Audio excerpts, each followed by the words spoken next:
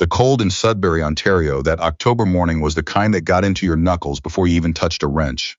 The kind that made the concrete floor of a garage feel like standing on a slab of ice, even through 2 pairs of socks. Caden Rost had been at it since 6. He was 23 years old and already had the hands of a man who had spent a decade learning things the hard way. Scared across the knuckle on his right thumb from a slipped socket wrench when he was 16. A pale ridge along his left palm from exhaust manifold that had been hotter than it looked. Hands that knew what they were doing, even when the rest of his life didn't seem to. The garage was called Rost & Son, though his father hadn't been inside it in 4 years. The sign still said it. Caden had thought about changing it. He hadn't gotten around to it. Maybe he didn't want to. The shop was small, 3 bays, 1 lift that worked reliably, one that required a specific sequence of kicks and prayers to engage properly. The waiting room had 4 plastic chairs, a coffee machine that ran on faith, and a bulletin board covered in business cards nobody ever looked at. The neighborhood was the kind where people fixed things instead of replacing them, which meant steady work. Which meant Caden could pay his rent and his mother's rent, and still sometimes buy groceries on the same week. He was underneath a 2009 Dodge Ram, tracing an oil leak back to its origin when he heard the motorcycles. Not 1, not 2, more than he could count from under the truck. He didn't come out right away. You learned, in a neighborhood like that not everything was your business. The pipes got louder and then they didn't, which meant they had pulled off the road somewhere nearby. And then he heard voices, low, the kind of register that didn't carry words, only tone. And the tone was wrong. Caden slid out from under the Ram. Through the open bay door, across the cracked lot and past the fence line, he could see the side street that ran alongside the auto parts store that had been closed for 2 years. 3 men, one of them on the ground. The man on the ground was wearing a leather cut, the kind with patches on the back. He was older, 60s maybe, with a gray beard and the kind of build that had once been formidable and still carried the suggestion of it. Even now, even down on one knee with his left arm raised to absorb a kick from a man half his age. The other 2 were circling. One had something in his hand. A piece of rebar or something close to it. There were 2 other people on the street, a woman walking a dog who had stopped 100 feet away and was looking at her phone, a man in a delivery jacket who had turned to face the other direction. Caden was already moving. He didn't think about it the way you think about decisions that require deliberation. He thought about it the way you think about catching a falling wrench. You just move, and you figure out whether it was smart afterward. He crossed the lot and went through the gap in the fence that he used as a shortcut to the parts store when it had still been open. The man with the rebar piece saw him first. He turned and his expression shifted from confident to uncertain, and in that space, that half second of recalculation, Caden spoke. He said, "That's enough." 2 words. He said them the way he would have said them to a fuel line he was done fighting with. Flat and final, a statement of fact rather than a request. He was still holding the shop rag he'd been using on the Ram. He didn't put it down. The man with the rebar said something back, something Caden didn't register because he was already watching. The 3rd man, the one furthest left, the one who was now calculating angles. Caden had grown up in a neighborhood where you learned to read that particular kind of mathematics early, or you learned it painfully. "Walk," Caden said, still flat, still the same voice. Something happened then that he wouldn't be able to fully explain later when people asked him about it. The 3 men looked at each other, and then they looked at Caden, and whatever they saw in the combination of those 2 things made them decide that the math had changed. They left, not running, but not slow either. The man with the rebar dropped it when he thought Caden wasn't watching. He was watching. The whole thing had taken less than 10 seconds. The older man's name was Bernard Bolt Gauthier, though the name on his patch said something else, something the club used internally, and Caden wouldn't learn that part until later. Caden offered his hand. Bolt looked at it for a moment, then took it, and Caden helped him up with the same grip he'd used to pull a C's part free, steady, committed, no wasted effort. "You hit?" Caden asked. "Ribs," Bolt said. His voice was gravel and understatement, nothing new. Caden looked at him. There was blood on his lip and his left eye was going dark at the orbit. "Come on," Caden said. And he turned and walked back toward the garage without waiting to see if Bolt would follow. He did. Caden pulled a stool out from beside the 2nd bay and pointed at it, then went and got the first aid kit from the wall cabinet. The real one, not the skeleton version, because his mother had insisted on it when she'd helped him set up the shop, and she was usually right about things like that. Bolt sat and watched Caden work with the kit with the same economy of motion he used on engines. No performance, no fuss, just the task. "You work here alone?" Bolt asked. "Mostly. Where'd you learn to do that?" "What you just did." Caden considered the question while he worked a butterfly closure onto a cut above Bolt's eye. "Same neighborhood my whole life," he said. "You learned to read rooms." Bolt made a sound that might have been a laugh if it hadn't hurt his ribs. Caden handed him a cloth to hold against his lip. "There were 3 of them," he said, not an accusation, just an observation. "I'd just come off 2 weeks up north," Bolt said. "Long run, long ride back. I was running on about 4 hours of sleep and a gas station sandwich, and I took a turn off the highway to stretch, and they came out of that alley like they'd been waiting. He paused. Maybe they had. Your bike? Still there. He looked towards the street. They weren't interested in the bike. Caden didn't ask what they were interested in. Some questions you already knew the answer to. He finished with the kit and stepped back and looked at his work with the same critical eye he turned on a repair job. Adequate. It would hold. I'm going to call someone, Bolt said. It wasn't a request for permission. Okay, Caden said. Bolt made a call. It was short. He gave a street name and then said something in a lower register that Caden wasn't trying to overhear. So he went back to the Ram and picked up where he'd left off. Because the truck still had a leak, and the leak didn't care what had just happened on the street. He was back under the Ram when the next set of bikes arrived. He heard them differently this time. Not the wrong tone, not the circling energy he'd felt before. This was something else. Organized, deliberate. The sound of people who knew where they were going and had decided together to go there. He came out from under the truck. There were 6 of them in the lot, not threatening exactly, but present in the way that a room full of serious people is present. There was weight to it. They all wore cuts, different patches, some of them but the same club. Caden recognized the emblem from the highway, from news coverage he'd half paid attention to, from the general knowledge you accumulated living in Northern Ontario for 23 years. Iron Meridian MC. Out of Timmins originally, though they had chapters across the north now, the man who walked toward Caden first was not the largest of the group, which was the first thing you noticed about him. He was medium height, early 50s, with a salt and pepper beard trimmed close and eyes that had the particular quality of knowing exactly how much of a room they needed to account for at any given moment. His patch said Road Father. His name, Caden would learn, was Victor Hearn. He looked at Caden for a moment without saying anything. Then he looked at Bolt, who had come to the bay door, and something passed between them. Not a look exactly, more like a confirmation. Then Victor Hearn looked back at Caden and said, "You the one who pulled those guys off him?" 3 of them, Caden said. "Just talking." Bolt says differently. He paused. "What's your name?" "Caden Rost." Victor looked at the sign above the bay. "This your place?" "Mine and my father's." He stopped. "Mine." Victor nodded slowly, the way a man nods when he's filed something away. "You need anything right now?" It was an unusual question. Caden had expected something different. Gratitude, maybe, the kind that came with a handshake and a departure. Not an open offer phrased like a business matter. "No," Caden said. "I'm good." Victor nodded again.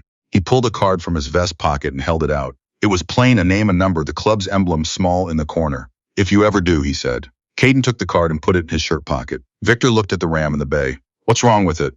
"Oil pan gasket's weeping. Probably has been for a while. Previous owner did a patch job instead of replacing it." Victor made a sound. "That's a Sunday afternoon of work. Less if you've got the right gasket." Caden paused. "Which I don't, yet." Something that might have been respect moved across Victor Hearn's face, though it was brief and he didn't make a production of it. He said something to Bolt in a low voice, and Bolt said something back, and then Victor turned and went back to the others. They left the same way they'd arrived, organized, deliberate, no theatrics. Bolt was the last to go. At the bay door, he stopped and turned back. "You didn't have to do that," he said. "I know," Caden said. "Most people don't." Caden looked at him. Most people were on their phones. Bolt held his gaze for a moment. Then he pulled on his helmet and walked to his bike, and the sound of it starting up was clean and unhesitating, and then he was gone too. Caden stood in the bay door for a moment. Then he went back inside and got back under the Ram. The part arrived on a Thursday. The correct oil pan gasket for a 2009 Dodge Ram sitting on the front counter of the shop in a brown bag with a note tucked under the twist tie. The note said, "Heard you were waiting on this." Caden held the bag for a long moment. He had not called the number on the card. He had put the card on the shelf above the second bay, wedged between a brake fluid spec sheet and an old alignment printout, and he had not thought about it more than a few times, which was not the same as not thinking about it. He installed the gasket that afternoon. The Ram's owner, a woman named Louise who worked dispatch for a plumbing company and needed the truck for a job in Espanola that weekend, picked it up Friday morning and paid him and said it was the first time the truck hadn't smelled like burning oil in 2 years. Caden said that was probably accurate. After she left, the shop was quiet. It was quiet a lot lately. Not bad quiet. The work was there. Steady enough, the kind of neighborhood where cars aged and needed tending. But quiet in the way that a room is quiet when there used to be more people in it. His father had not been in the shop in 4 years, because his father was in a long-term care facility in Chelmsford, 20 minutes east, where he had been since the stroke that had taken most of his right side and all of his clarity. Caden visited on Sundays. His father sometimes knew who he was, and sometimes thought he was someone else, and sometimes just looked at the window. And Caden sat with him either way and talked about the shop, and described repairs he was working on, as if they were interesting enough to be news. His mother came in when she could, which was less than either of them wanted, because she was working 2 jobs since his father went into care. And the cost of that care was the particular kind of number that made everything else in a budget feel almost funny in comparison. Caden had been carrying the shop since he was 19. He was good at it.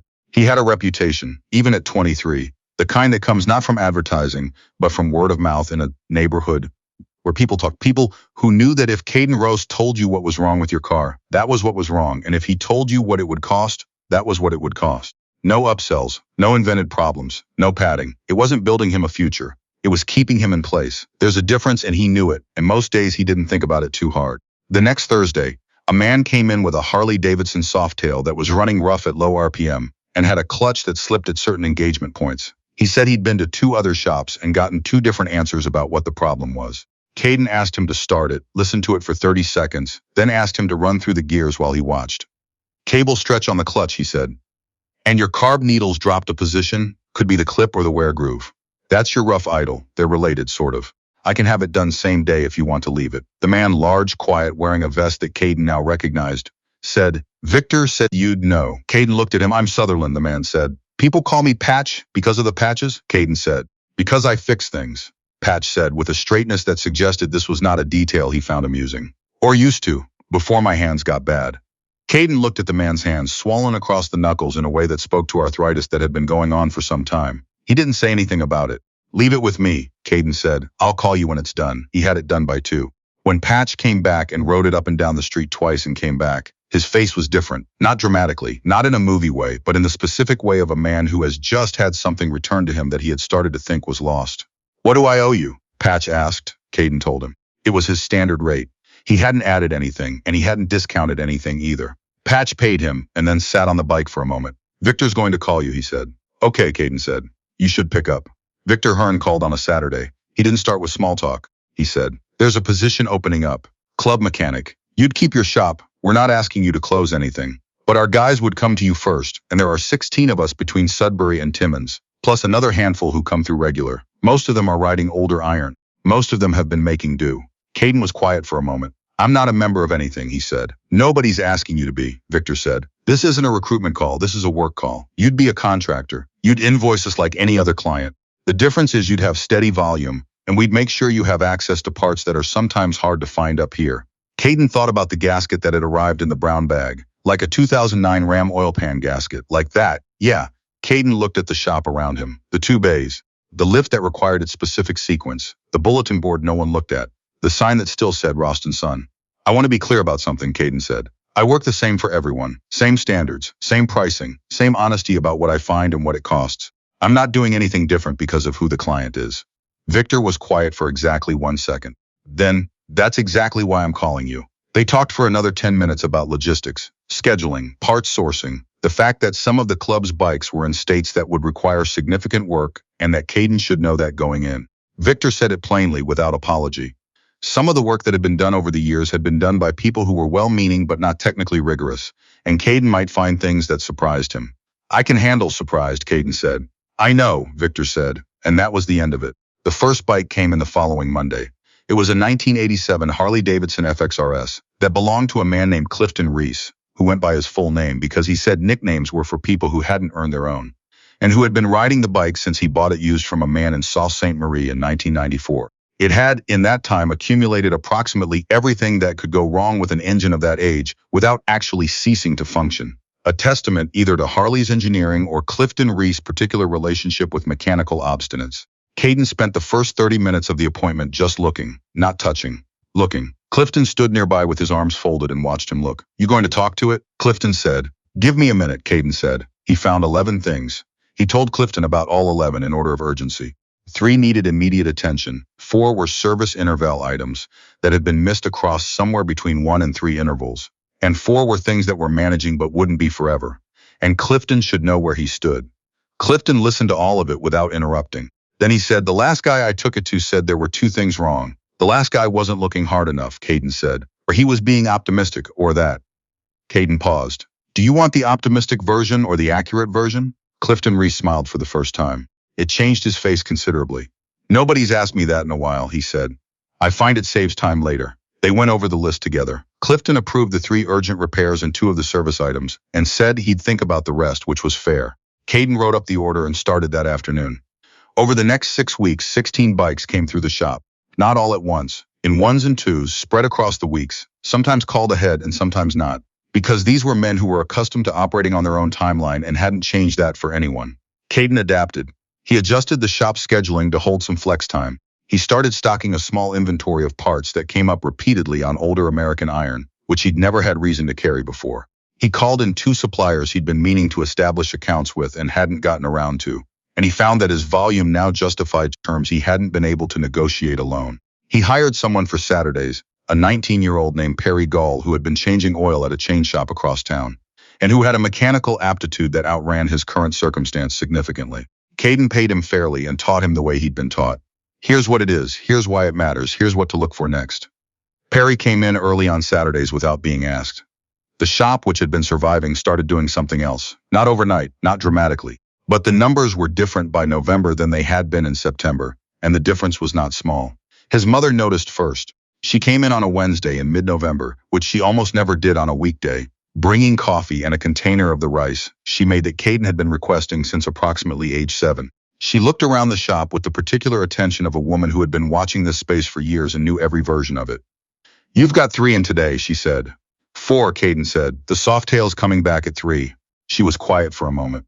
Then, "Is this sustainable?" It was the question she always asked. It was the right question. "Starting to look like it might be," Caden said. She sat in one of the waiting room chairs and held her coffee with both hands and looked at him over it. How did this happen? Caden thought about October, the cold in his knuckles, the sound of engines with the wrong tone, a man on the ground in a side street. "There was a situation," he said.